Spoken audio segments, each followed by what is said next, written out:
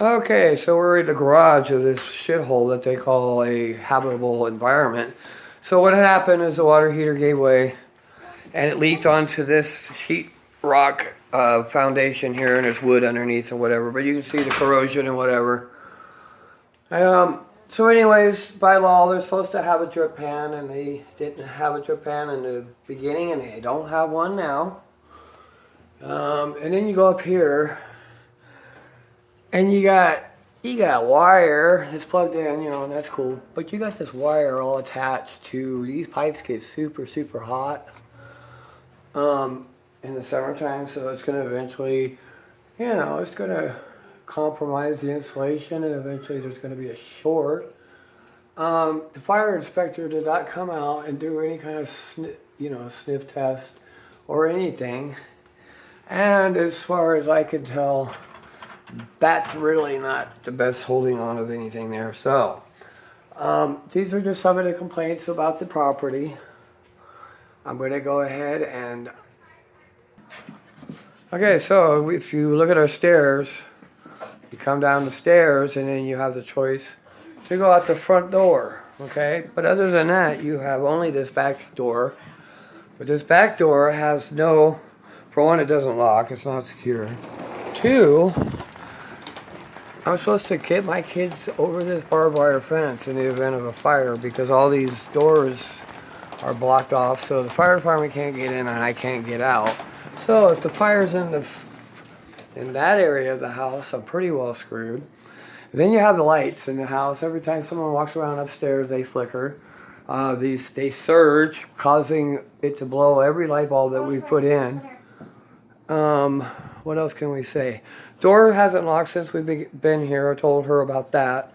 The water heater has been broke since last summer, and I told the maintenance man that it was due to the fact that there was water coming out of it. He said it was condensation, and I don't know what I'm talking about. So here we are almost a year later, and that didn't get fixed. So then we come upstairs, and the first thing I want to notice, that's an attic. But you can go all the way across all 4 units if you chose to. Makes it a good opportunity to steal. Then we have these toilets upstairs, and all the units are the same. If you go ahead and flush this, you got hard water in there because the water here is nasty. But let's watch what happens here.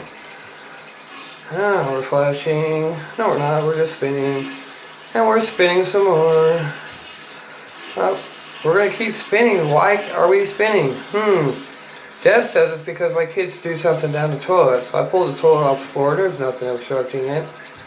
But if anybody knows how plumbing works, there's a vent on top of the roof that actually gives a straw effect, or releasing the valve on a gas can to pour the gas quicker into your vehicle. That thing's plugged up, so therefore this thing can't push the water down because it doesn't have, the air. So it's just sitting there with a big old air pocket. So this thing won't ever flush. So this is ultimately what we have to do, is we have to shake the handle because the workings of it doesn't work because of the gravity issue. So if you do take a number 2, you got to give it one of these, and then it'll flush. You got to help it. So yeah, I might as well just get a fucking outhouse and shit in that motherfucker and use the damn shovel to clean that up. But anyway, so my kids fucked this toilet up, but all the units across the place are like that. So my kids are some pretty freaking destructive little jerks, aren't they? Now to give you a perspective on our situation here, okay, so that storage shed over there has that big old fence, which is not the way we're supposed to. They have a gate over there that they could be open, but it's got a padlock on it, and I don't see a box for the fire department.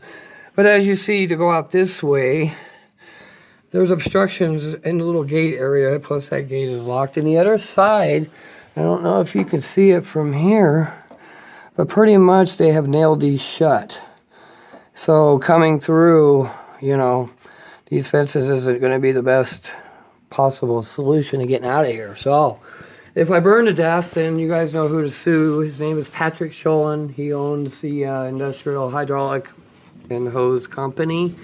So if we all get cooked, you guys know who to go to.